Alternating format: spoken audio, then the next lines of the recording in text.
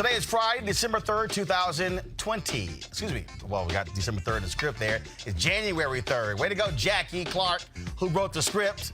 Yes, I'm busting you out. It's Friday, January 3rd, 2020. She got December 3rd. All right, U.S. forces kill a top Iranian general. Donald Trump gloats. The question is, will this lead to war? We'll talk with MSNBC analyst Malcolm Nance about what is next. Also, Trump today, right now, holding a rally in Miami with his far right-wing conservative evangelicals. But do they actually speak for people of faith, or are they frauds? Mike Bloomberg was asked about his administration's support for the way New York City handled the Central Park 5. He says he really can't recall, but we do, and we'll break it down.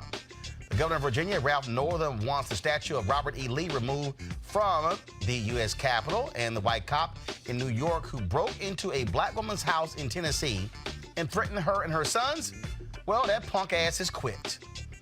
And Tavis Smiley is proceeding with his case against PBS. They have dropped this 500-page report that details lurid sexual harassment allegations against him. He says he can't wait to go to court. It's time to bring the funk. I'm Roland Martin Unfiltered. Let's go. He's got it. Whatever the miss, he's on it. Whatever it is, he's got the scoop, the fact, the find. And when it breaks, he's right on time. And it's rolling.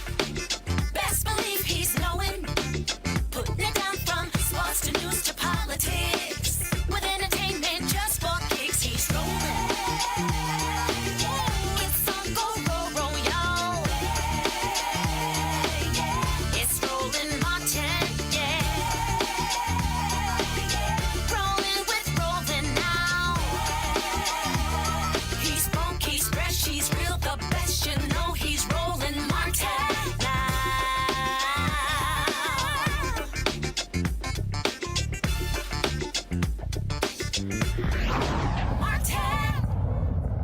All right, folks, the U.S. has deployed thousands more troops to the Middle East after Trump ordered an airstrike that killed the top Iranian general. Also, Iran's supreme leader, Ayatollah, has vowed vengeance.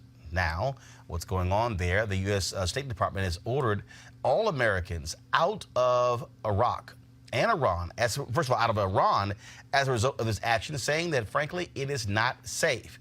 Now, what's interesting is that Donald Trump had lots to say when President Barack Obama was in the White House when it came to Iran. Our president will start a war with Iran because he has absolutely no ability to negotiate. He's weak and he's ineffective. So the only way he figures that he's going to get reelected, and as sure as you're sitting there, is to start a war with Iran. Now, I'm more militant and more militaristic than the president. I believe in strength. But to start a war in order to get elected, and I believe that's going to happen, would be an outrage. Iran can be taken down in many ways. Their population is in turmoil. They look at what's happening in Syria and other countries where it looked like it was an impossibility, and it looks like that one's going to collapse also. So Iran can be taken. I would never take the military card off the table. And it's possible that it'll have to be used because Iran cannot have nuclear weapons. But you've got to exhaust other possibilities. And we're in a great position to do it. They know, or they at least must know, that they're in a little bit of heat because there's a lot of pressure to attack. This is a great time to negotiate. Unfortunately, we have a president that doesn't know the first thing about negotiation. We have a real problem in the White House. So I believe that he will attack Iran sometime prior to the election because he thinks that's the only way he can get elected. Isn't it pathetic? Yeah, it is pathetic, because could that be the only way Donald Trump gets reelected? See, there's always a tweet or a comment from the Orange One when these things happen.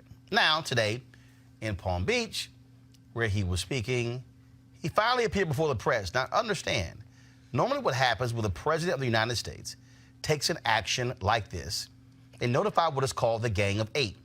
That is the top congressional leaders in the House and the Senate. Donald Trump didn't do that. In fact, we also know now that he told Israel about this attack before he told American congressional leaders. They've already talked to Russia about this, and Trump still has not talked to congressional leaders. Well, this is him today explaining the actions. So go right to my iPad. Highest and most solemn duty is the defense of our nation and its citizens. Last night, at my direction, the United States military successfully executed a flawless precision strike that killed the #1 terrorist anywhere in the world, Qasem Soleimani. Soleimani was plotting imminent and sinister attacks on American diplomats and military personnel, but we caught him in the act and terminated him. Under my leadership, America's policy is unambiguous to terrorists who harm or intend to harm any American. We will find you. We will eliminate you. We will always protect our diplomats, service members, all Americans, and our allies. For years, the Islamic Revolutionary Guard Corps and its ruthless Quds Force under Soleimani's leadership has targeted, injured, and murdered hundreds of American civilians and servicemen. The recent attacks on U.S. targets in Iraq, including rocket strikes that killed an American and injured 4 American servicemen very badly, as well as a violent assault on our embassy in Baghdad, were carried out at the direction of Soleimani. Soleimani made the death of innocent people his sick passion, contributing to terrorist plots as far away as New Delhi and London.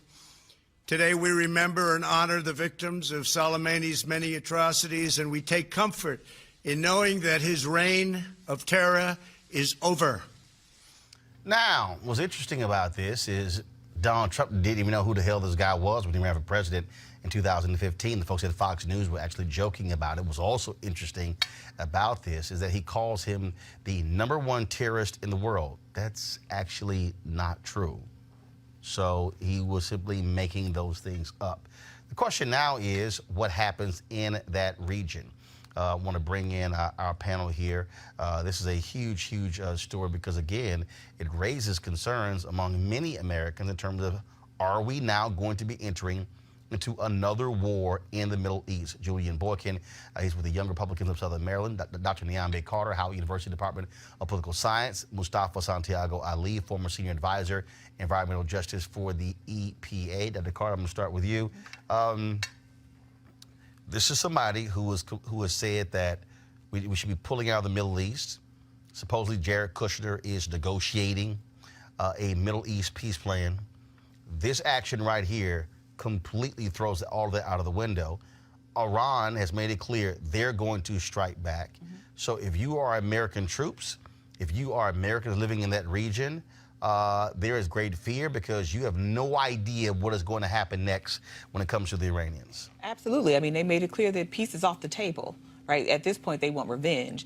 I think he has done this without really thinking about what the destabilizing effects are going to be on the region, right? I mean, there's one thing to sort of be strong and have a show of force. It's another thing to now plunge ourselves into another war with domestic considerations for the people who are on the ground there, right? This is going to have ramifications, not just for Iran, but that whole region. So I think people better buckle up because there are going to be more deployments, right? They are already strengthening the number of troops that are in the region. So this is about to be an escalation, and it's going to escalate very quickly, I think. I want to go to right now to MSNBC analyst Malcolm Nance. He, of course, serving long time in U.S. intelligence, author of the book, The Plot to Betray America, How Team Trump Embraced Our Enemies, Compromised Our Security, and How We Can Fix It. Malcolm, put into context exactly what has taken place in the last 24 hours. Well, what's happened here is that we've seen the United States take a very, very decisive step, is a polite way of putting it, towards essentially war with Iran. this goes back 1 week ago when suspected Iraqi militias in Iraq who were trained by Iran were accused by the United States government of carrying out a rocket attack on a base named K1 in the vicinity of Kirkuk, Iraq. This killed one contractor, wounded several service members. From there, they decided that this was backed by Iran, that Iran apparently gave the Iraqis the weapons and equipment to do this, which, you know, when you're talking about an Iraqi militia, is a little laughable because the Iraq are awash with weapons. From that point, the United States vowed that they would have retribution against whoever did this, and that's apparently when the planning to kill the top Iranian general, Qasem Soleimani, a man who has been involved in Iranian Revolutionary Guard Corps terrorism since the 1980s.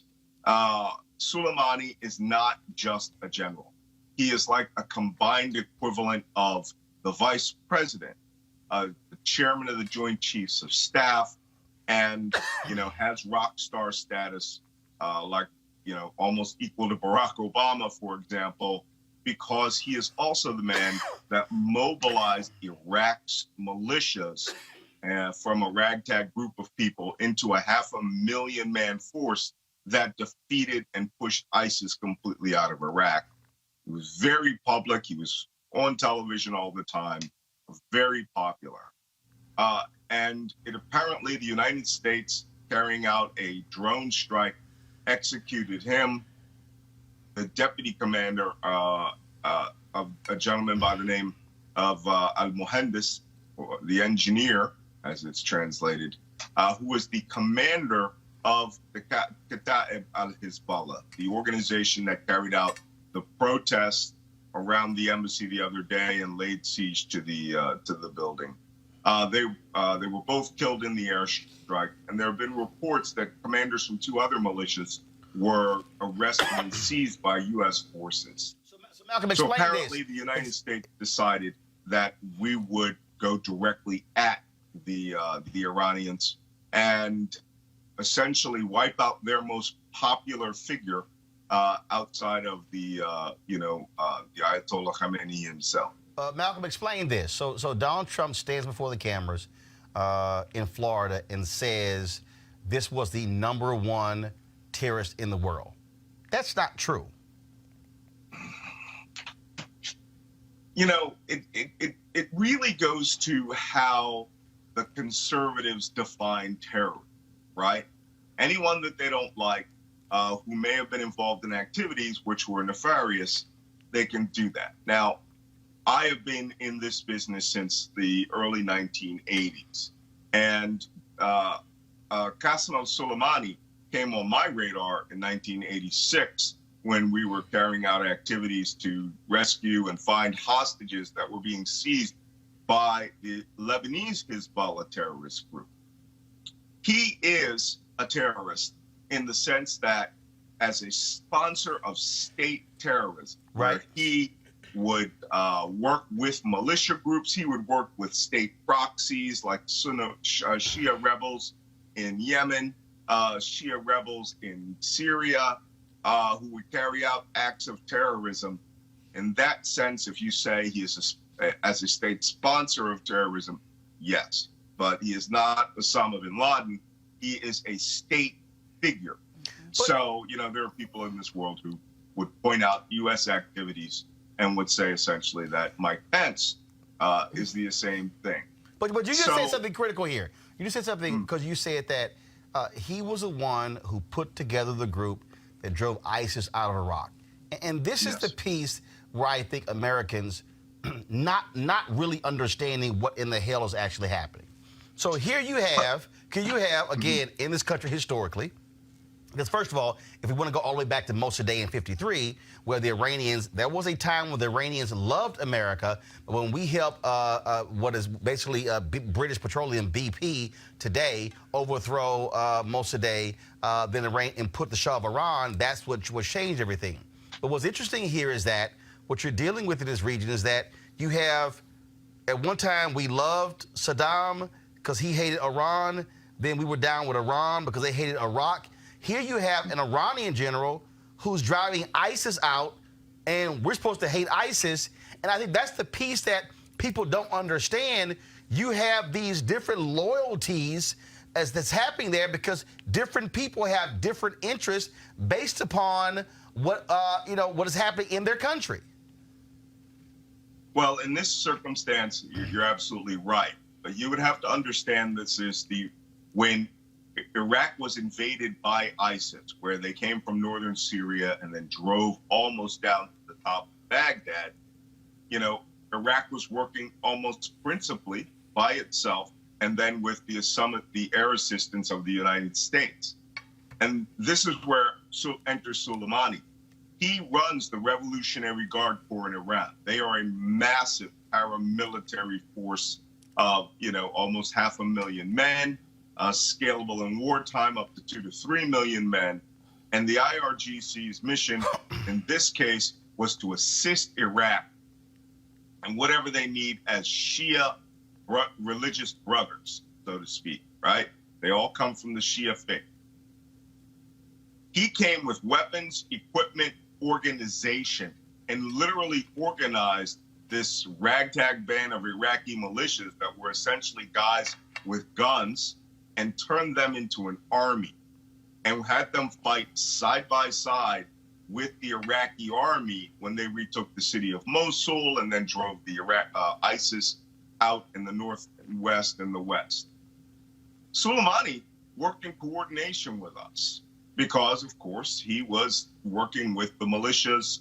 He was on the battlefield all the time. He was a very hands-on general, and he worked with these Iraqis to help them lose. I mean, they lost thousands of men, but they drove ISIS out of Iraq.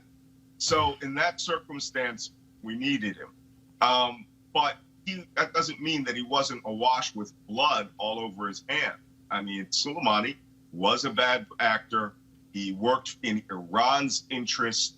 He did not work in our interest. And of course, after our mutual interest was ended, he went back on the hit list.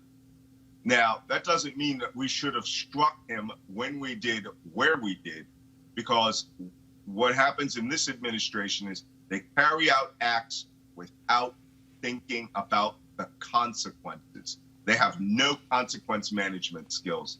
And this could literally turn the Middle East aflame. And so Malcolm, so explain that for folks who are watching, because I think what you have is you've got Fox News over here, yay, Trump took him out, and then saying, well, these other presidents, they wouldn't do that. Well, there's a reason why a President Barack Obama or President Bush or President Clinton or other presidents would not target a top Iranian general, because they understand proportionality. Yeah. Because you have to not just say, well, if we take him out and his aides and a couple other people, and then everything is all done. No, you got to be thinking 10 steps ahead, that if we take him out, then what's the ripple effect? How does that now alter the course of history? That is the issue here that I think people have to understand. Well, certainly, you would imagine that any normal White House would have this gamed out using experts, using the State Department, diplomats, and they would try to understand what the secondary and tertiary effects of any of their decisions are. However, when you get a situation that's much, much similar to the George W. Bush decision to just go into Iraq and wipe that country out, Saddam Hussein and his leadership out, where they literally hid all of their operational planning away from diplomats, and literally, when I was in Iraq, said they didn't want any experts or anyone that could speak the language or understand the culture. So this is where you get disasters from. And what's happening here, Soleimani, although he deserved that missile, it's the secondary and tertiary effects and, quaternary effects as they come. Right now, the ball is in Iran's court. They have the option of setting the Middle East on fire or being a little magnanimous about this and exacting their revenge later. And that could be any number of proxies. But, you have the new commander of the Iranian Revolutionary Guard Corps, who was the deputy of Soleimani. He didn't have the political stature of Soleimani, but he still controls all the weapons, all the men, and all the terrorism levers, and essentially is a power unto himself in Iran. He has already sworn absolute revenge, and it will take place at a time of his choosing. And what should be the concern of Americans? Because I think when you hear people say, oh my goodness, there might be war with Iran, is that overstating this? Well, no, because that depends entirely on Iran. Now, as we've seen, proportionality has gone completely out the window with this administration. And it's almost as if they were looking for a fight. They're spoiling for a fight. You could move to a point where you could have a war that is direct, open confrontation with Iran, if Iran so chooses. And I have been active in operations against Iran since, Beirut in 1983, when they assisted in building, the bomb that killed 243 Marines. And I've been in direct combat with Iran, direct naval combat in 1988, and been bombarded by Iranian missiles by Iranian militias in Iraq. So we haven't had a circumstance since the 80s where we would get into a face-to-face confrontation because Iran doesn't think it's in their interest. But they certainly have the capability of defending themselves. Let me make this clear to your viewer. When we invaded Iraq, we were fighting 25% of the population, about 5 million people. There were 80,000 terrorist combatants. They managed to kill over 7 years 4,493 service members and wound over 20,000. Iran is a homogenous nation state of 85 million people. They have the capacity to spool up the number of men between 18 and 35 in a matter of weeks. And that number is almost 30 million men. So this isn't something we should take lightly. This is a very large nation. It has a history that's almost 4,000 years old. They have a regional doctrine and strategy that they're adhering to. And killing General Soleimani, they do not want to destroy their own infrastructure. They will make sure that their revenge is exacted quietly, hopefully, and most likely the Iraqi Shia militiamen will carry out this revenge, not the Iranian army or the Iranian armed forces. Last question for you. How problematic is it that Donald Trump told Israel about this action before it happened, that we've already communicated with Russian leaders, yet he is still yet to tell the Gang of Eight, Republicans and Democrats?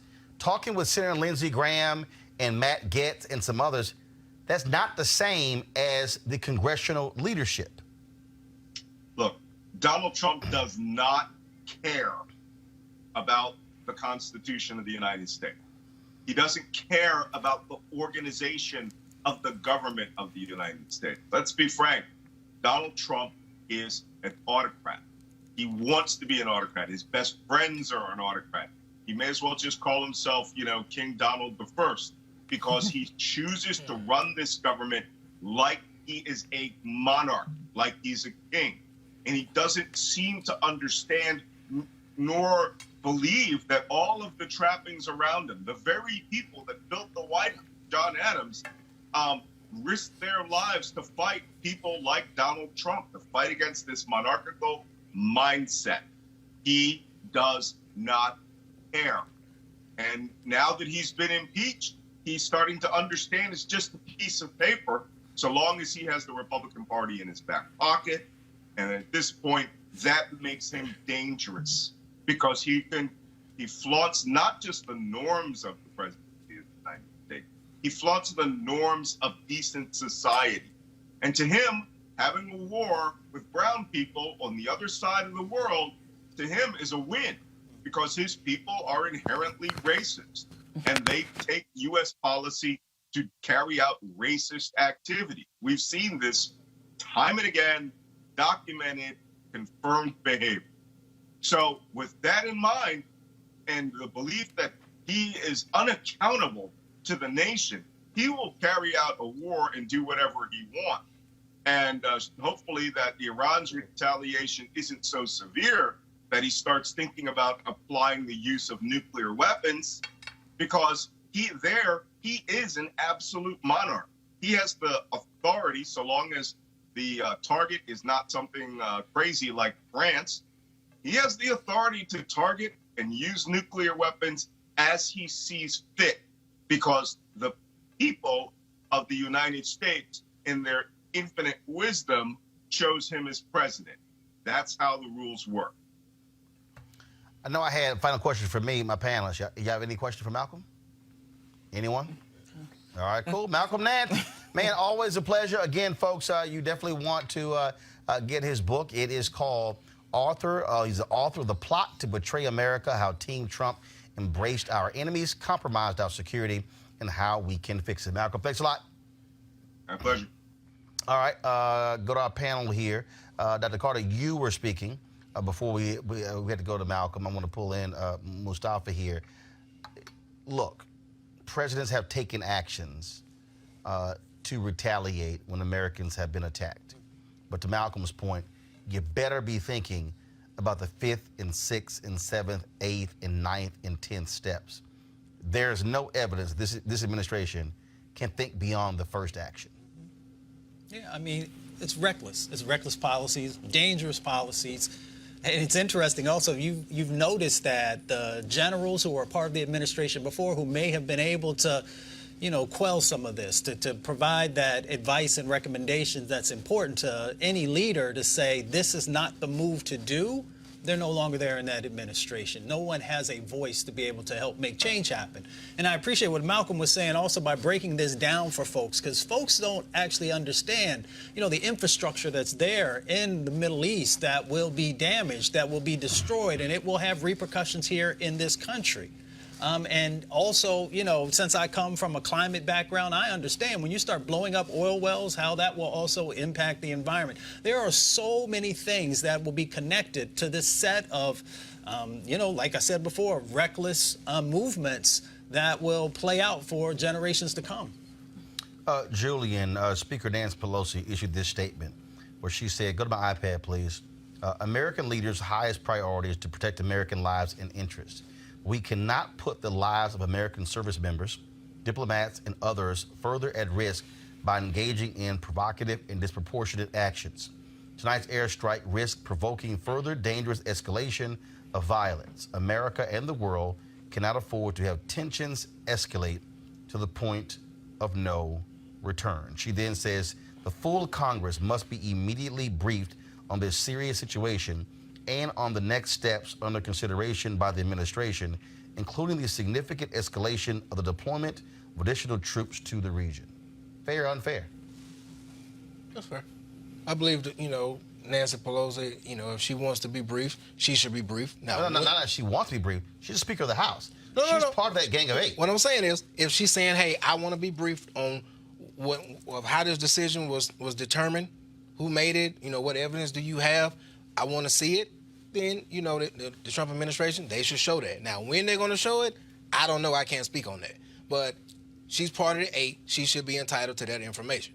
So I'm not saying she should not have privy to it.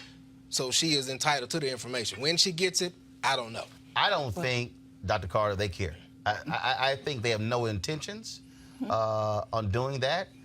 And again, he pulls in Senator Lindsey Graham, who is not a part of the Republican leadership in the Senate. He's the chair of a committee. He's not the Speaker of the House. Excuse me. He's not the majority leader. He's not in the House Republican leadership conference or the caucus there. And so, again, to Malcolm's point, he doesn't care. Yeah. His whole deal is, I'm the president. I don't care what y'all think. I mean, the truth is, I mean, I think I think we were also quiet because what Malcolm lays out is the very real possibilities that are here. But he does have a responsibility if he's going to be committing troops, right? He has to go to Congress within the next 48 hours. But I think more than that, all of the people who could have been stopgaps between this moment yesterday, right, that happened over the last 25 hours, and where we may be headed, were all kept out of the process because he does not care about potentially de-escalating a situation, right? All he knows is respond. But as Malcolm rightly points out, this is going to have larger implications for that region that we're not even thinking about, not to mention the size of this potential skirmish, right? Osama bin Laden was a person who was acting kind of outside of the bounds of the state. But now this is where diplomacy was supposed to come in. We're dealing with another nation, not some rogue actors, right? Not some outside militia group. This was a military official, right? A government official. Right. So now we actually have a moment where we're going to have to contend with another government, right? And that's a very different situation than we were in with 9/11. But we should also look at the difference between this administration and the last administration. So if you look at the Iran nuclear deal, there were a number of other countries that were a part of that. Not just the United States. Exactly. Multiple nations. Yes. And with this administration, you know, they reached out to Israel, and I understand that conversation that happened, but to the best of our knowledge, there was no conversation with the United Kingdom. There was no conversation with France. There was no conversation with Germany, which were a part of that nuclear deal that President Trump decided to remove us from a couple of years ago in 2018. And now we're in 2020, and he has now assassinated this leader, somebody who, you know, some have labeled him in his respective country as a rock star. So you know that's going to mobilize many young men to want to get engaged in whatever types of actions that are going to happen. And there are too many soft targets that are all over the place that will now be vulnerable based upon the actions that this president decided to make. And he has to carry the water on this for all the lives that will be lost. And here's the other thing that really gets me sometimes is that his sons are not of military age. So they're probably not going to be engaged in whatever might transpire here. And of course, we know his record. My family has served since World War II all the way up. But when he had the opportunity to actually serve, he decided to go in the opposite direction. Mr. Bone Spurs. Exactly. The last point here, and I think that this is really, what is so critical here. Most Americans, and I made that clear when I started with Malcolm. Most Americans have no idea what the hell the reality is in the Middle East. Have absolutely none. Again, if you look at American history, when we were friendly with Iraq, supplied Saddam Hussein with weapons because he was fighting our enemy, Iran. Then all of a sudden, we started hating Saddam Hussein, and so we started working with the Iranians to fight him. Now you're dealing with, remember, we were funding the folks in Afghanistan when supplying them with weapons, with all sort of different things to take down the Russians in Afghanistan. Boom, all of a sudden they flip, then turn against us. And it's understanding, what is happening. Look at Syria. We sit here, pull out of Syria to help the Turkish president, but then we screw the very people who were helping in Syria. That emboldens the Turks who hated the Turkish president hated the folks that we were working with. He wanted to take them out. The Syrian president wanted to take them out as well. You're sitting here saying, okay, whose side should we be on? And that's part of the problem here, is that on any given day, who might be your friend on Monday is your enemy on Tuesday. And they might be your friend again on Wednesday.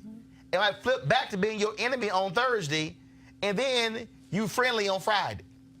And that's the fundamental problem we have here. And not only that, we are in Iraq as guests of the Iraqi government. If the Iraqi government says, y'all got to go, we can't say, the hell with you, we're going to stay. No, we got to go. And so all of those issues, I think, are brought to bear. And it was very interesting. So I was tweeting some stuff earlier, and Mark Davis is a conservative radio talk show host out of Dallas. And I had sent some tweets, targeting him, asking him some questions. And what I found to be interesting when I hit him, he goes, is the distrust, let me find the tweet. I thought it was pretty funny. When he asked the question about the distrust of Trump. And he essentially said, is the distrust of Trump this high? And I said point blank, Mark, I can't trust nothing this man says. Julian, I literally can't trust. I cannot trust the Trump administration when they say we took this action because of this. Because this is the same man who pissed on the exact same intelligence community when it came to Russia interfering with the election. So which is it? Oh, now I believe them, and no, I don't. Not only that, we've been given two different answers. We've been told the State Department and the Pentagon has given two different answers on what happened. State Department, there was an imminent threat. Pentagon, no, it was a response to what just took place. Okay, if it's both, say it's both. But don't give me two different answers to exactly why something took place. And again, that's the issue here. Normally, we are trusting the person occupying the Oval Office to make decisions in the best interest of Americans. I can't trust anything this man says. Nothing. I can't trust anything. And that's why you have a level of distrust, because this is a man who lies about basic stuff, who literally at the rally he held today with the Evangelicals lied about, I got rid of the Johnson Amendment. No, you didn't. It's still law. You didn't get rid of it. That's a lie. And that's part of the issue here. You cannot trust what comes out of this man's mouth. And that's why anything he does, the motives are always questioned. Just a reality. Going to a break, we come back. We'll talk about the evangelicals, the conservative evangelicals meeting with Trump in Florida today. But it's very interesting because they love talking about evangelicals for Trump. Why don't you just go ahead and say white conservative evangelicals? Because certainly black folks don't feel the same way. Black evangelicals don't feel the same way about Trump as other folks do. Also, Tavis Smiley going to court against PBS after he was fired. They say because of sexual impropriety. He says, I can't wait for my day in court. That's next, Roland Martin Unfiltered. You want to check out Roland Martin Unfiltered? YouTube.com/Roland S. Martin. And subscribe to our YouTube channel. There's only one daily digital show out here that keeps it black and keep it real. It's Roland Martin Unfiltered. See that name right there? Roland Martin Unfiltered. Like, share, and subscribe to our YouTube channel. That's youtube.com/Roland S. Martin. And don't forget to turn on your notifications so when we go live, you'll know it. All right, folks, as the marijuana momentum continues, the folks at marijuanastock.org have already reached more than half of their funding goal for the hemp CBD investment. That's right. If you want to take advantage of this great opportunity, you need to do it now because it won't last much longer. Now, if you don't know, I'm talking about the hemp plant, the good cousin of marijuana with a much higher concentration of CBD. That means hemp gives you all the medical benefits of marijuana without getting you high. Also, if you don't know, hemp farming is now legal in the U.S., creating one of the largest commodities worldwide. Now, it's an opportunity for you to invest, and that's where 420 Real Estate comes in. Their business model is very simple. They buy land that supports hemp CBD grow operations and lease it to licensed, high-paying tenants. They're hemp CBD landlords. You can get in on the action. Now, of course, what they're doing is allowing you to invest a minimum of $200 up to $10,000 in their crowdfunding campaign. That's right, $200 up to $10,000. Now, to invest, all you got to do is go to marijuanastock.org. It's marijuanastock.org. Then you'll see all the details. So you want to get in the game and get in the game now. All right, folks, today, Donald Trump held this big old rally with these white conservative evangelicals in Florida after Christianity Today wrote a scathing editorial saying it's time for him to get bounced because he's morally bankrupt. Now, he chose to have this rally there, and they were there praying for Donald Trump and all that sort of stuff along those lines. And you had folks like Tony Perkins, who's big-time white conservative evangelical, who's out there tweeting as well. And so he tweeted something that I, of course, took offense to, and I had to respond to him when he did. And so this is his tweet right here. Great turnout in Miami for the Evangelicals for Trump coalition launch. His strong record on life and religious liberty makes him a clear choice for evangelicals in 2020. Now, let me be real clear. He's not a clear choice for evangelicals in 2020. He's a clear choice for white conservative evangelicals in 2020. See, there's a difference. Because the reality is black evangelicals are not supporting Donald Trump. See, part of the problem with these white evangelicals that they have basically hijacked the name evangelical. They've even caused national media that when they have a discussion about evangelicals, they automatically go to these white conservative evangelicals, as if black folks and Latinos who are evangelical or Asians are not included in this same conversation. That, to me, is one of the fundamental problems that we have here. What's also interesting, just so y'all know, that these same white conservative evangelicals, they don't want to actually have a conversation with black folks, Latinos, and other white folks who are not in their same camp. Let me help you all out. When Reverend Dr. William Barber and the Poor People's Campaign went to Liberty, Virginia, where Liberty University is, founded by Reverend Jerry Falwell, now run by his son, Jerry Falwell Jr., who's an attorney, not a pastor. Jerry Falwell Jr. sent a letter out saying that if any person, if any individual with the Poor People's Campaign stepped foot on the campus of Liberty University, they were to be arrested. He ordered every student that no student or faculty at the university should even attend this event led by the Poor People's Campaign. What does that tell you about how these white conservative evangelicals think? Not only that, Reverend Barber, Reverend Jim Wallace, and others who call themselves progressive Christians have offered to debate these white conservative evangelicals. Folks like Jerry Falwell Jr. and Tony Perkins and Ralph Reed and Robert Jeffers and others. They've declined. What does that tell you, Mustafa, when you see what's going on here? Trump's hardcore base are these white conservative evangelicals who only care about two things: same-sex marriage and abortion. They don't give a damn about anything else. Those are the two most important things they care about, and that's why they also want these hardcore right-wing judges on the federal bench. As Franklin Graham said, they will be actually ruling on policy when I'm no longer here.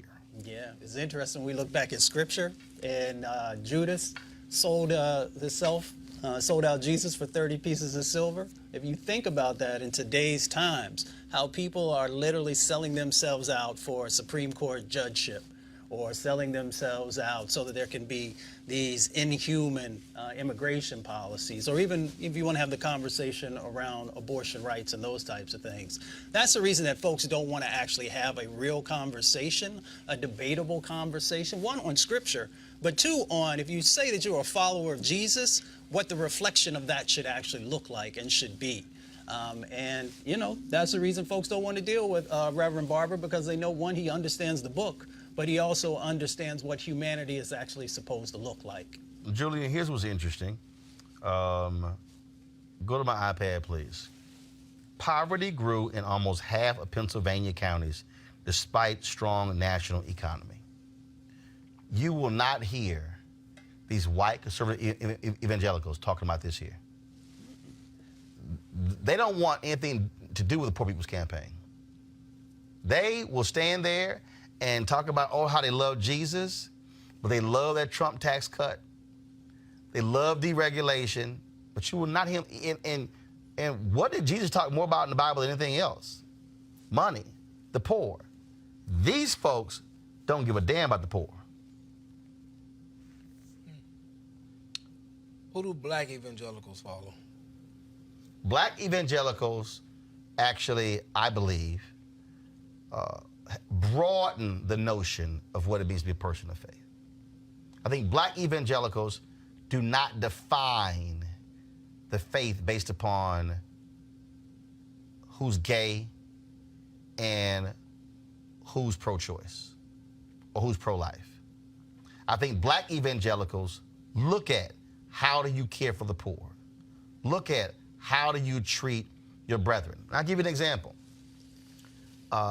Pastor Maurice Watson, when he was in Omaha, Nebraska, a group of white conservative evangelicals came to him, loved his pro-life stance. He's now a preacher here at Metropolitan in D.C. Came to him and said, we want you to participate with us in our pro-life march. He said, sure, not a problem. But I need y'all to do something for me. They said, what? He said, I need you to march with me against these crack houses in our neighborhoods. And what the white preachers in Omaha, Nebraska said, oh, no. That's your problem. See, that right there, I think, defines the difference between black evangelicals and white conservative evangelicals. I think religion has its place in politics, but I don't agree with it when you use it, when you pick and choose how you use it. I think if you're going to be fair and reasonable across the board for everybody, just be fair and reasonable across the board for everybody. So I don't like when people pick certain verses out of the Bible and use it against you to make you feel bad, but at the same time, they don't adhere to those same principles. So I think, it should be fair and reasonable across the board, because I've seen black pastors that don't want to support gay marriage, and they have that right to do so. And I asked them, I'm like, okay, where do you stand on certain issues? We can't just overlook that. And the same goes for, the white evangelicals. You can't say, hey, we support this and not support that. See, these white evangelicals, these white conservative evangelicals, what they want far right-wing judges on the federal bench, Dr. Carter. Mm-hmm. And we've already seen the whole deal here. Many of these folks, they are against civil rights. Yep. They support voter suppression. They rule for big business and against folk. And so what these evangelicals are doing, these white conservative evangelicals, and yes, it's a sprinkle of black, it's a sprinkle of Latino, and what they're doing on the Latino side, the reason they get more Latinos who are evangelicals is because of the Catholic Church. Mm-hmm. Because the Catholic Church is opposed to abortion. The Catholic Church is also opposed to the death penalty. Mm-hmm. Not these folks. Right. Well, I mean, look, I think the thing about white evangelicals, and they can wrap themselves in the cloak of Christianity if they want to, their ideology is white supremacy.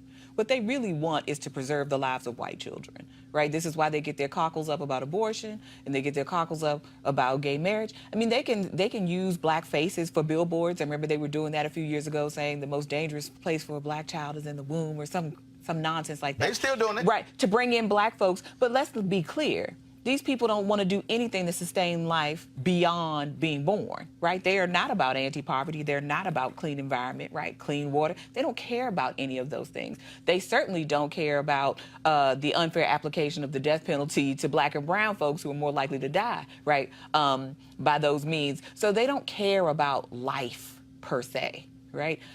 What they care about is making sure that they can extend their lives and their beliefs beyond their time. And let's be clear, most people don't believe what they believe in, right? But they found someone who can say, I care about pro-life, and I care about, a heterosexually defined marriage, and that to them is the litmus test. All of the other things that come with sustaining life, they don't care about. So I always say, when these people say they're Christian, I say, well, the God they serve is a white, blue-eyed Jesus, right? It's not a God of all of us. In their minds, this world and the world that they want to leave behind is going to be the world that best produces white people and white children. And they are clear, I think, to me, from what they've said and in their deeds, right? That is what their main interest is. It's not about love. It's not about a more robust life, right? So that we can all live it abundantly. They don't care about those things. In fact, Mustafa, I remember this vividly because I remember talking about this when I was on CNN. And so Bob Riley was the governor of Alabama, Republican, white, conservative, evangelical. He said that this was back in 2003 or 4. He said that the tax code, actually 2006 or 7, the tax code in Alabama was grossly unfair to the poor.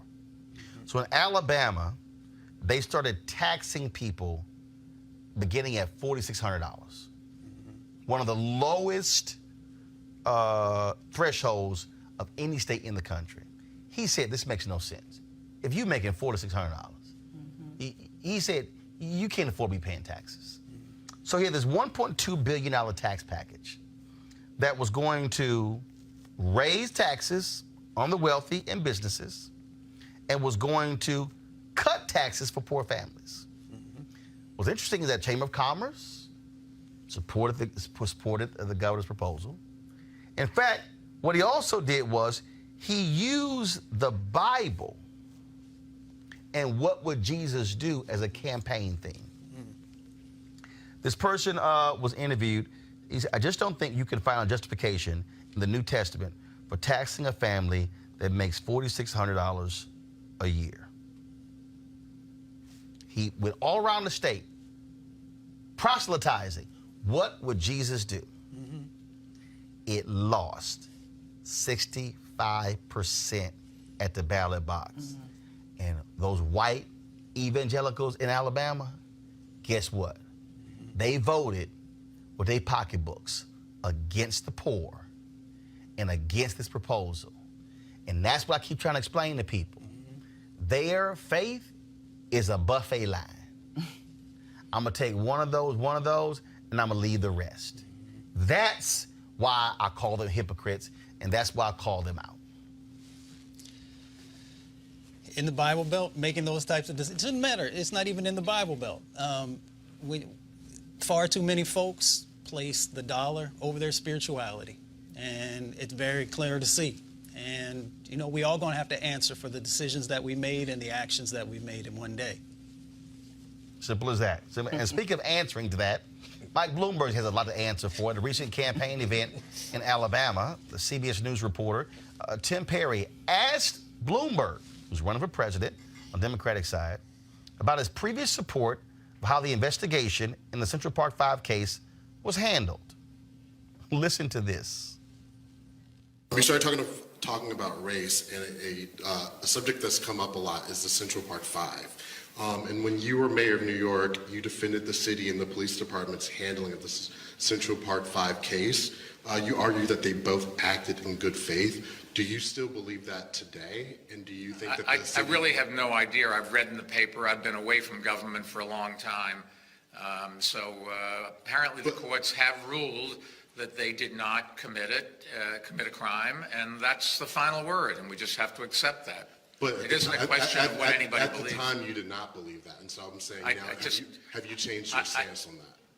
I think there was an awful lot of evidence presented at that time that they were involved. There's been questions since then about the quality of that evidence. And so I've been away from it for so long, I just really can't respond because I just don't remember. But there's been plenty written about it, and I'd suggest you go and read some of that.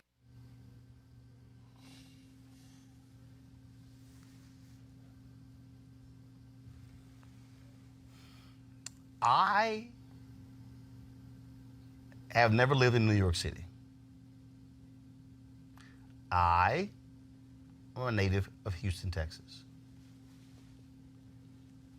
But do you think for a second that I don't remember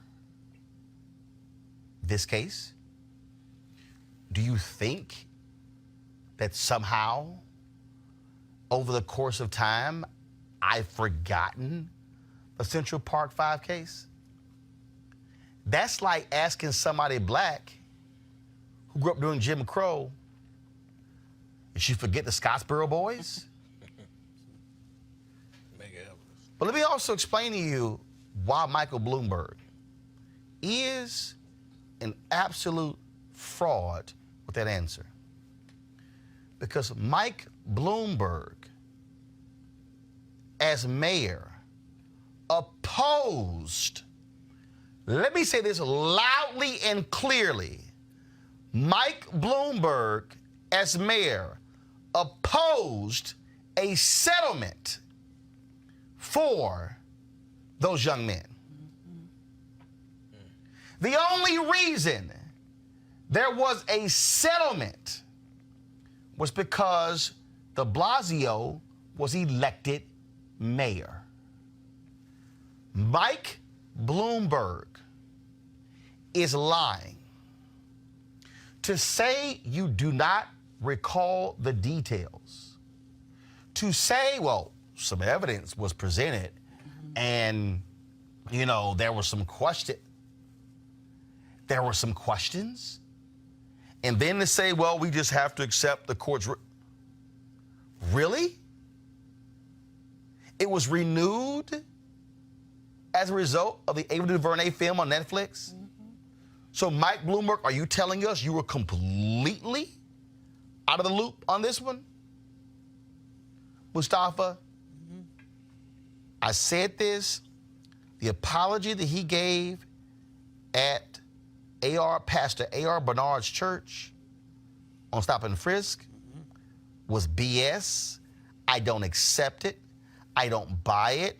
This man was defending Stop and Frisk as late as January of 2019, and all of a sudden you're telling me that in November of 2019 you found religion and now you see that it was bad? On this case here, this man simply, it is disqualifying the answers that he has given on this case, and it is no different than Trump defending his actions in this case as well. You notice also words have power, and he said apparently. So apparently leaves this space for folks to still hang there and say, well, maybe they really were guilty, even though the DNA evidence said that they were not guilty. So, and here's the other thing that matter of fact, let's do this here. Let's do this here. I want to do this. I want you to play back what he said, 'cause I want people to actually listen to every single word that he said. And so I want you to play it, and then as soon as we come out of the break, come out of that, Mustafa's going to answer, Dr. Carter's going to answer, and then Julian's going to answer. So play it back exactly what Mike Bloomberg said about this. We started talking about race, and a subject that's come up a lot is the Central Park 5. And when you were mayor of New York, you defended the city and the police department's handling of the Central Park 5 case. You argued that they both acted in good faith. Do you still believe that today? And do you think that I really have no idea. I've read in the paper. I've been away from government for a long time. So apparently the courts have ruled that they did not commit a crime, and that's the final word, and we just have to accept that. But it isn't a question of what anybody believes. At the time, you did not believe that, and so I'm saying have you changed your stance on that? I think there was an awful lot of evidence presented at that time that they were involved. There's been questions since then about the quality of that evidence, and so I've been away from it for so long. I just really can't respond because I just don't remember. But there's been plenty written about it, and I'd suggest you go and read some of that. Yeah, so again, apparently, no, it's not apparently. The courts have cleared them, have said that they were innocent. The DNA evidence also cleared them. So here's the other thing. We see people who have huge amounts of wealth, and with that wealth comes the access to information. He is one of the most powerful people in the state of New York, probably one of the most powerful people in the United States of America. So you can't just say that I've been away from government for a while. It's not like you don't have the opportunity to know what's going on. And this was a significant issue in time in your city. And so you, of course, would be a part of the garnering of that information.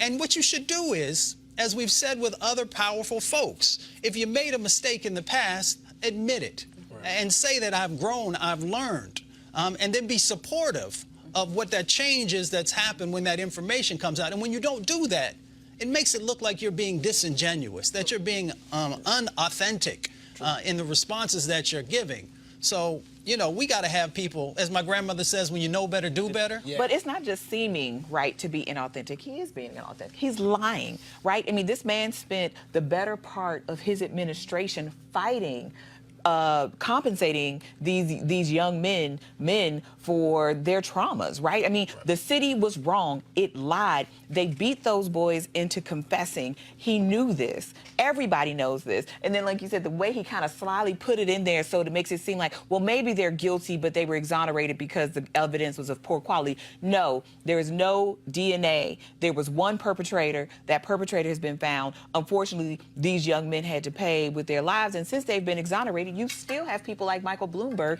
and Donald Trump who want to say these young men, and at the time boys, were guilty. They're not guilty. They didn't do it. Full stop, right? And Michael Bloomberg spent $6 million of the city's money fighting, compensating these young men for what they went through. And if you ask me, him sitting here saying he can't recall should be the thing that we say, well, then you shouldn't be president. Because if you, at 77, when you were the mayor of that city for what, about 10 years, and you spent a huge time fighting the people of the city of New York, fighting these young men as citizens, right, of that space who have been so brutally treated by the criminal system, by your police department, everything on down, that you can't remember that, then you're clearly not with it. You're not ready for this job. This is not the experience for you. And Julian, here's a timeline. 2002, the convictions were vacated. Bloomberg becomes mayor in 2002. He serves from 2002 to 2013. The settlement happens in 2014. So you're trying to tell me in one of the biggest stories in the city of New York in the second half of the 20th century, a case that the convictions were overturned, vacated when you took over, and the entire, all 3 terms of yours, this was an issue, and now I can't remember. Honesty is the best policy. I think, well, I know, at some point you just gotta just say, hey, I made a mistake. This was my standpoint on it back then. Looking at the evidence, we have DNA. It proves that they were innocent. I apologize. These young men should have never been convicted. They should have never been charged. I want to fully apologize to those young men. That's what should happen. I think the president, he should apologize, but at the end of the day, the president is his own person. He's going to speak and do whatever he wants to do. And to Dr. Carter's point, the settlement was $41 million. True. Bloomberg spent $6 million of taxpayer dollars fighting the settlement. So the settlement actually cost New York taxpayers almost $50 million. Right. He should just admit to it. Just admit, hey, I made a mistake. Yes, I remember. I didn't want to talk about it. So sometimes honesty is the best policy, and apologizing shows humility. But can we also get him to apologize for the stop and frisk? Because after all those years... Well, no, he claims he apologized. No, he didn't. At Bernard's church. Yeah, we saw it. All I'm saying is here... The one-on-one... I can't wait for Michael Bloomberg to sit down and do an interview with some black folk. Oh, that's not happening.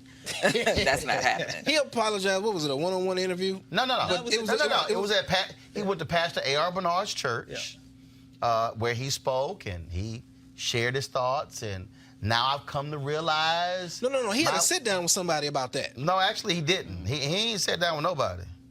He ain't sat down. But coming to realize No. when black and brown people in that city had been telling you for years that this is hurting us, stop doing this, and you double down on it, right? So you're sorry. Well, what's the point? You did the damage. Now you've hurt all these people. Now I don't care about your sorry. And really, he should have been taking money out of his own pocket and compensating the city of New York for that $6 million lawsuit, because he was bound and determined that those young men would not receive a dime after their exoneration. Yep. Not buying it. All right, folks. Virginia Governor Ralph Northam filed a request for a bill that would replace Virginia's statue of Confederate General Robert E. Lee in the U.S. Capitol building.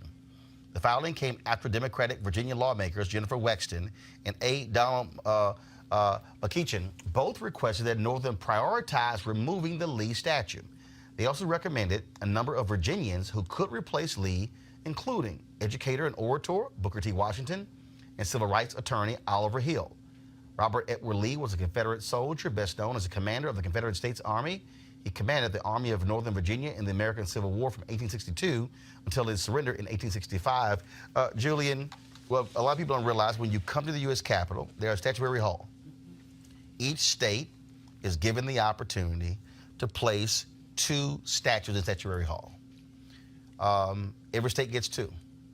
A couple of years ago, Florida, they had a statue that was of a Confederate leader. They passed the bill, removed it, and it was replaced with Mary McLeod Bethune. Okay. It's embarrassing to go to Statuary Hall and to walk through there, and you're seeing these statues, and to be a black kid, or frankly any kid from Virginia, and when you walk through, and if you want to take a photo in front of the 2 statues from your home state, one of them is a Confederate general, Robert E. Lee. My question is, which part of history do we accept? Which part of history are we going to acknowledge? So if we're going to remove the Robert E. Lee statue, why not remove George Washington? George Washington had slaves. Oh, hold up. Hold up. Let's be real clear. You don't get no argument from me. What I'm saying is, I don't want to pick and choose parts of history trying to erase it. But they are. But they are. See, first of all, what they've done is the people who support these statues, they've lied. They've lied all these years. Because see, and what's interesting is that you have folks like Dinesh D'Souza who wants to brand Democrats as a party of the KKK, who wants to say it was Democrats who backed Jim Crow, yet the people today who are supporting Confederate statues are Republicans. Now, the problem is that, again, there's history and there's his story. What we have been subjected to has been his story and not history.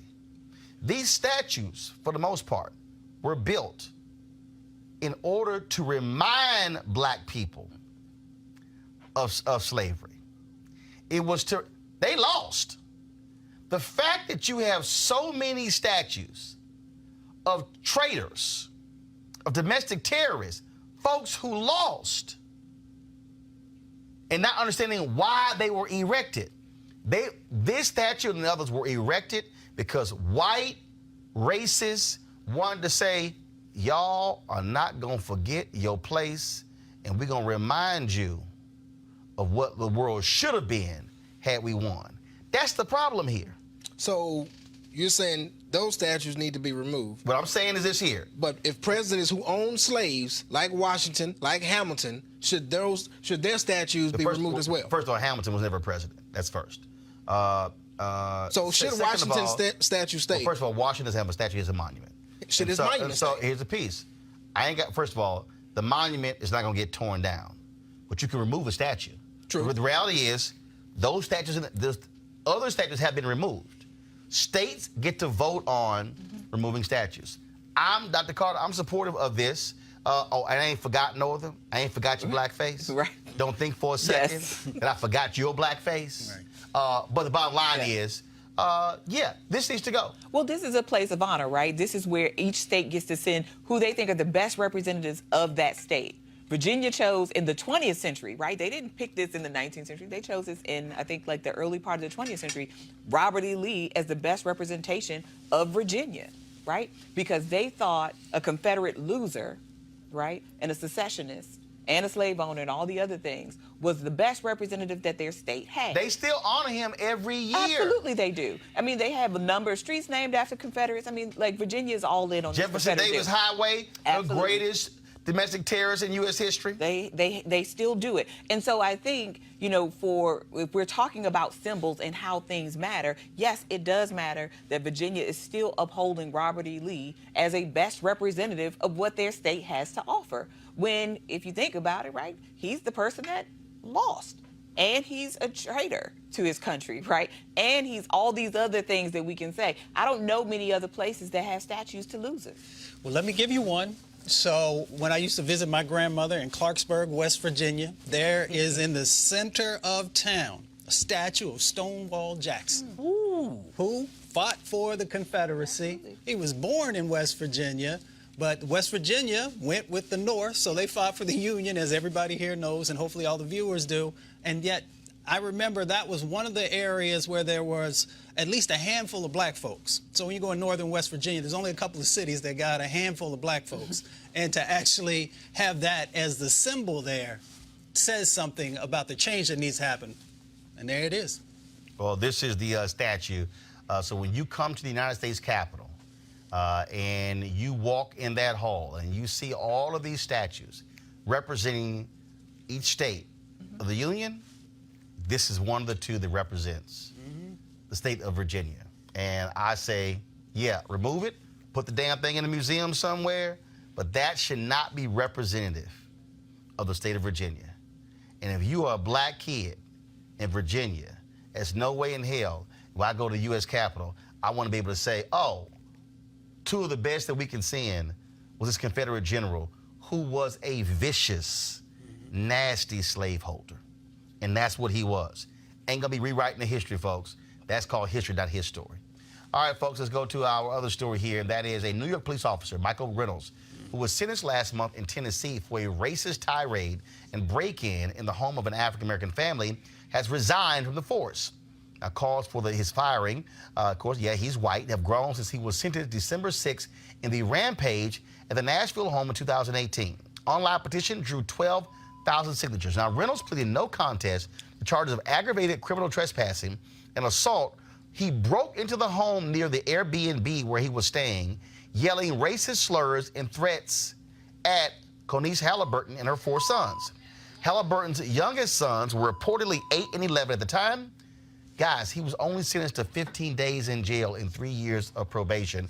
This is the call here. Go ahead and play it.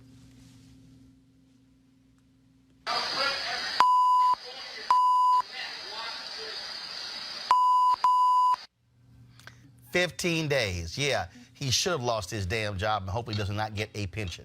All right, folks, former talk show host Tavis Smiley has lost a bid to throw out PBS's lawsuit that accuses him of violating his contract by having sex with his subordinates. Smiley's attorneys argue that PBS was trying to punish him for behavior that long predated his current contract. But in a ruling on Thursday, D.C. Superior Court Judge Yvonne Williams disagreed, finding that PBS had also claimed more recent misconduct. PBS canceled Tavis's show after receiving a complaint of sexual misconduct in late 2017. Smiley sued PBS in February 2018, accusing PBS of conducting a sham investigation and of dismissing him based on racial bias. PBS countersued, alleging that Smiley had violated his morals clause and had engaged in financial impropriety. A trial is currently scheduled for February 10th. Now, folks, what's interesting about this is that after this happened, PBS launched an investigation when they put together this 500-page report detailing all sorts of lurid details with regards to Tavis Smiley's conduct when he had his show. He argued, and this is very interesting, he argued that, first of all, and the way this was set up, people don't realize, so Tavis was not an employee of PBS. He owned his company that produced the show in conjunction with the PBS station in Los Angeles, and it was aired on PBS stations nationally. And so he said that his company had no rules about folks dating in the workplace. So his whole point was, how are you telling me how I should run my company, what my rules are? They say they actually violated those rules. He did release a comment. Let me pull up in a second. His representatives sent me an email. Let me pull it up. Howard Bragman, who is an attorney, publicist there, he did comment. I'm gonna pull this up in a second, but just what are your thoughts again on this lawsuit and Tavis taking it further, and now this 500-page report is going to be entered into the public record. Well, this might have been one of those moments where you cut your losses, only because if half of what we've been able to read so far is true, it doesn't look good. And even if these relationships were consensual, as Tavis Smiley is alleging, I think it's hard to toe that line when you are the boss. True. Your HR and everything else in that company, right? So if I have a problem with you, say the relationship fails, or say it doesn't work out, who do I go to, right? There's nobody to talk to about retaliation. I think it's just bad business, right? In addition to the sexual harassment stuff, which I think is separate from his conduct as a business owner, right? Because if you are my subordinate, how much consent is there really, right? If you work for me, do you really have the right to say no? And is that yes a real yes? I think this is why companies and businesses have policies against having an owner or someone who's a superior date a subordinate, because that consent piece gets really murky and really tricky, and that's across industries. It's not just television. I mean, it's also universities, et cetera. I mean, I'm at a university with a very explicit policy against faculty dating students, right? Because this can get really sticky very quickly for those kinds of places. So I just think beyond the sexual misconduct allegations that are being alleged, there is this other part about how you conduct business. And this sounds insane, right? That you would date people that work for you, right? They're not people who just work with you. They're people who work for you, and whether those people were really giving a real consent. It's not saying it's rape, right? I think there's a lot of real estate between coercion and rape. But I think the fact that you have relationships, ongoing sexual relationships in the workplace with people who work with you, saying that it's consensual doesn't really hold water when you are the head honcho, right? When you are the person that gets to make all the shots. Shafa. We talk about power all the time on this show in lots of different ways and power dynamics. And when you're in a position of power, you cannot put yourself in that type of situation. And just like my grandma say, when you know better, you do better. Hopefully. I think it's a conflict of interest just for the simple fact you are the owner. So you have employees that work for you. So I don't look at it as consensual from the standpoint of you using a person's job against them. If you don't do this, then I'm going to fire you or right. Or now, he claims he didn't.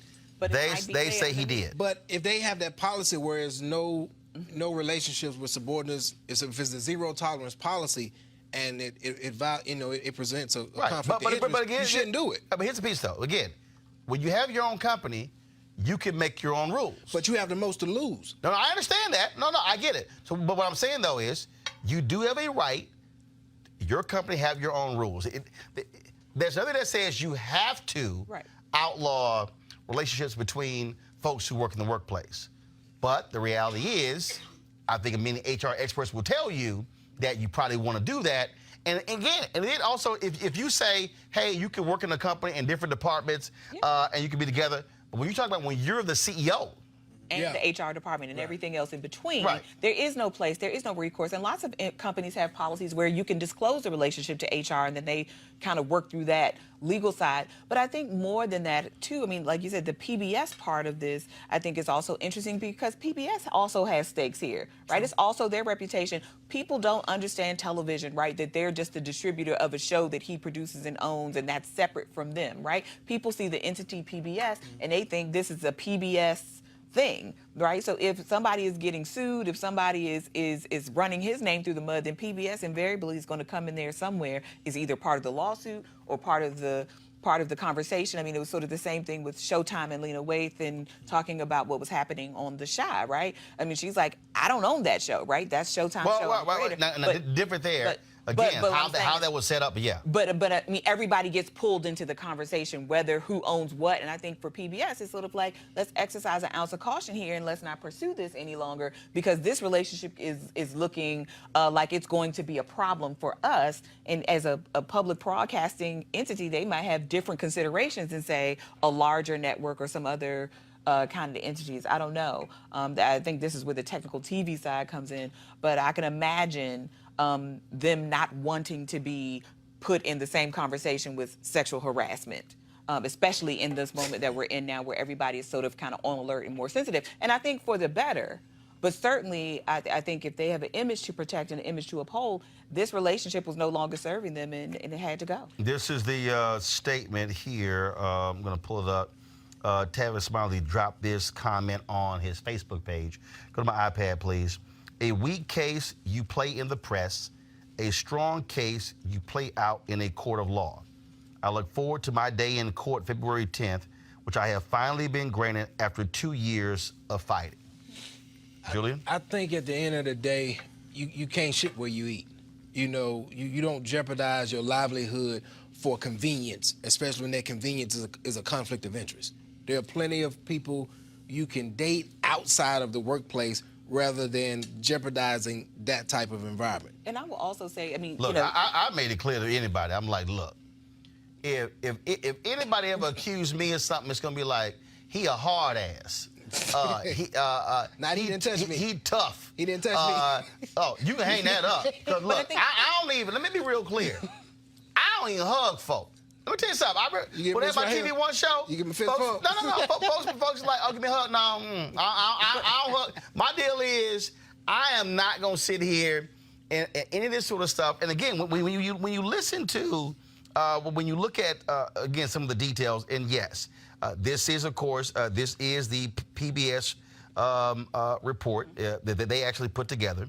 Variety had a story earlier where they talked about it, where they laid out some of those details.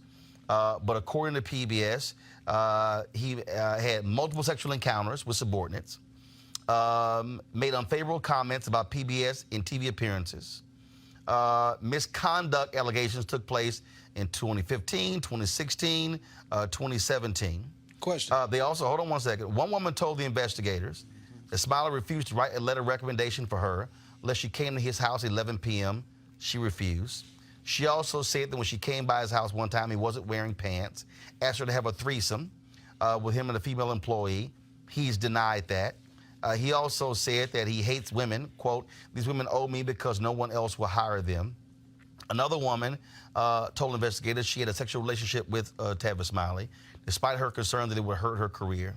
And then also, the investigator also interviewed Tavis Smiley, who, according to their report, admitted having relationships with some employees, said it wasn't misconduct. The investigator concluded that Tavis was not truthful, and his denials conflicted with numerous other witness accounts. And so, again, when you look at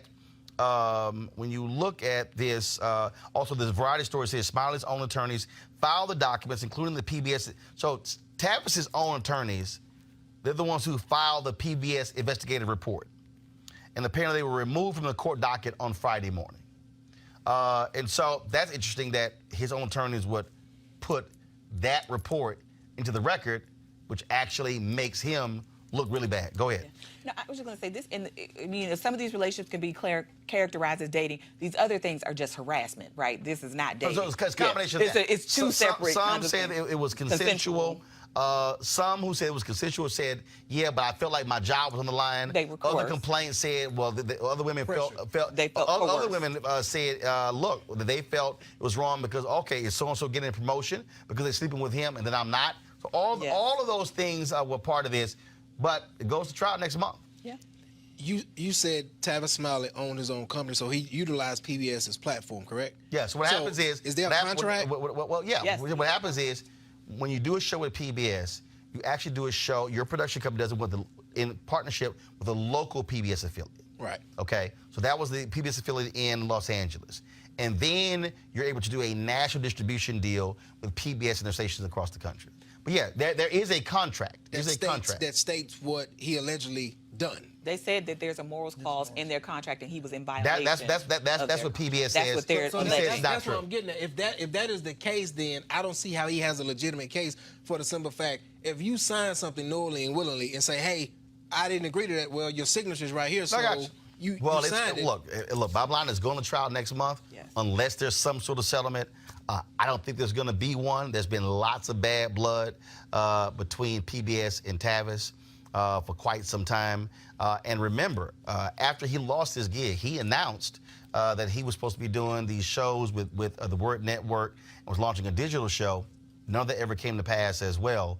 And so we'll see what happens. So pretty much, I mean, since this went off the air, you really haven't seen much of Tavis Smiley anywhere. The book imprint, he was supposed to do a stage play tied around his book on the final year of King's life that was launching, I think it was like around November 2018, leading up to MLK 50, actually 2017, leading up to MLK 50. That never happened as well.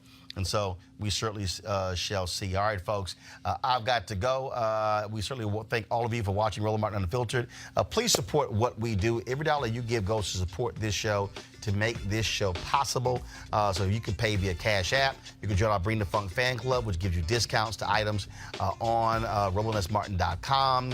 And so we got some great stuff lined up for you as well that we're working on. As you see, this is one of the outfits that I had made when I was in Ghana. This is called the Nkrumah Kente. So every time you see a piece of Kente cloth, it's actually named. There's a meaning behind it. And so Kwame Nkrumah, of course, was the first president of Ghana. So this Kente is called the Nkrumah Kente. So I want to thank the folks at Charisma in Accra, Ghana, who made this outfit. They got some other stuff that I'm making, but y'all see all that later. And I got one that's black and gold. You really love that, Mustafa.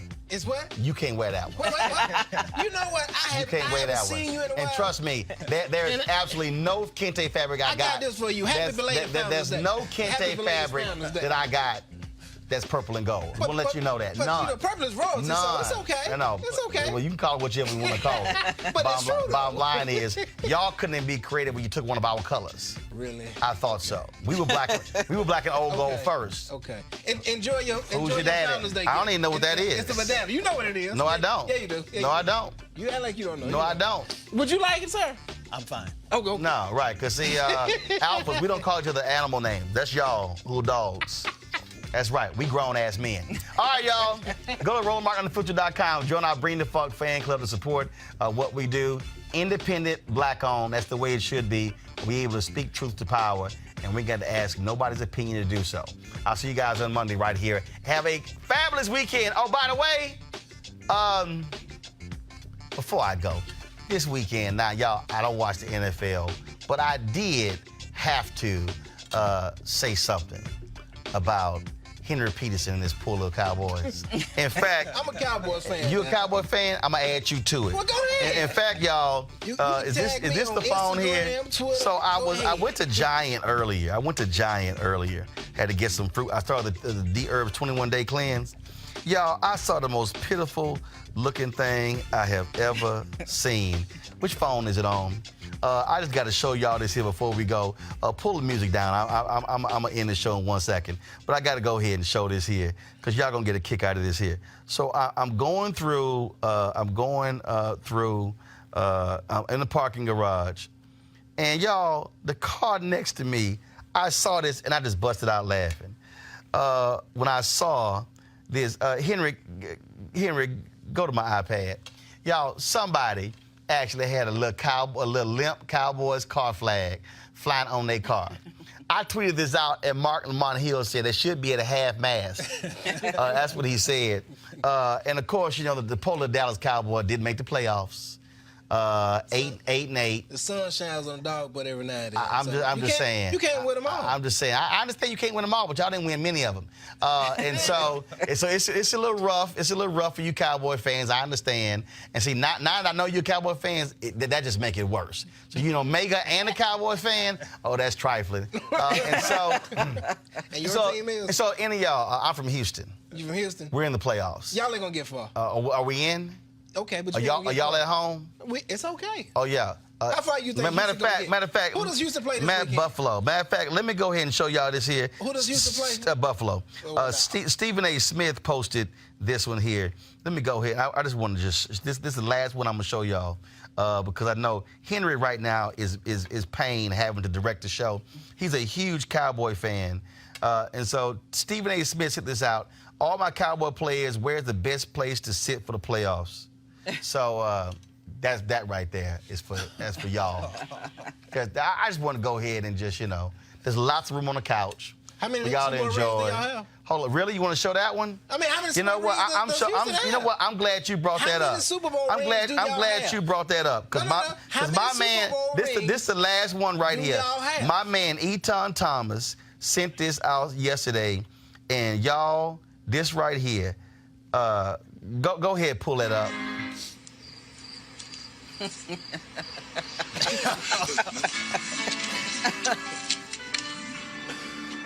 Nights like this, I'll be raindrop Nights like this, I can't write the You opened it up, bro. You should have opened it up. nights like this, I wish raindrop would fall.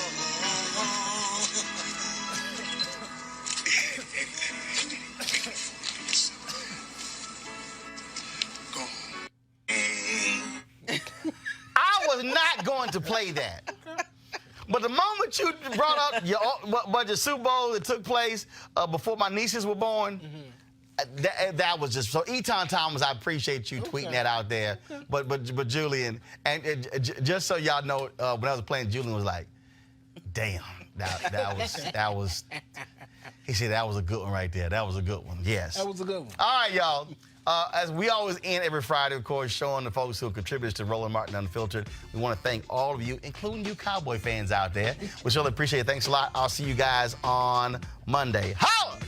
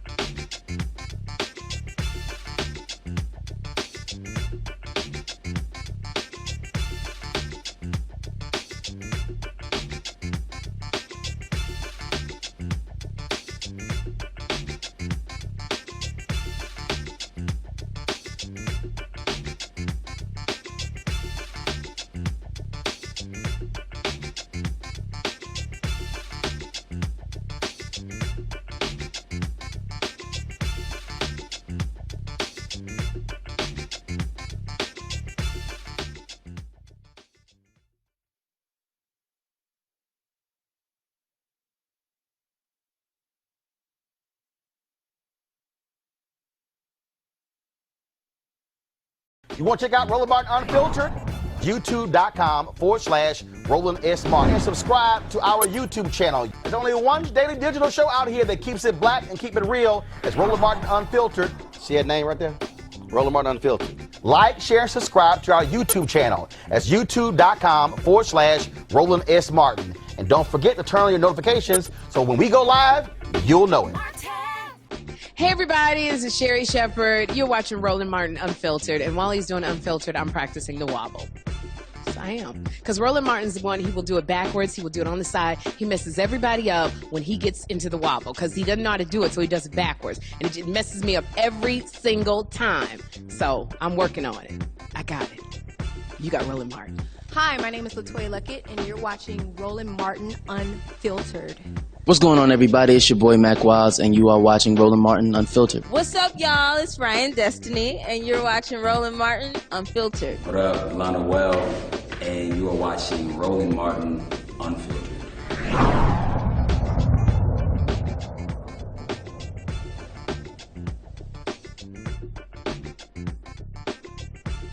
You want to support Roland Martin Unfiltered? Be sure to join our Bring the Funk fan club. Every dollar that you give to us supports our daily digital show. There's only one daily digital show out here that keeps it black and keep it real. It's Roland Martin Unfiltered. Support the Roland Martin Unfiltered daily digital show by going to RolandMartinUnfiltered.com. Our goal is to get 20,000 of our fans contributing $50 each for the whole year. You can make this possible. RolandMartinUnfiltered.com. Hey fam, want to check out Roland Martin Unfiltered, the blackest show on all of digital, cable, and broadcast. Check out our audio podcast. There's only one daily digital show out here that keeps it black and keep it real. It's Roland Martin Unfiltered. Press play.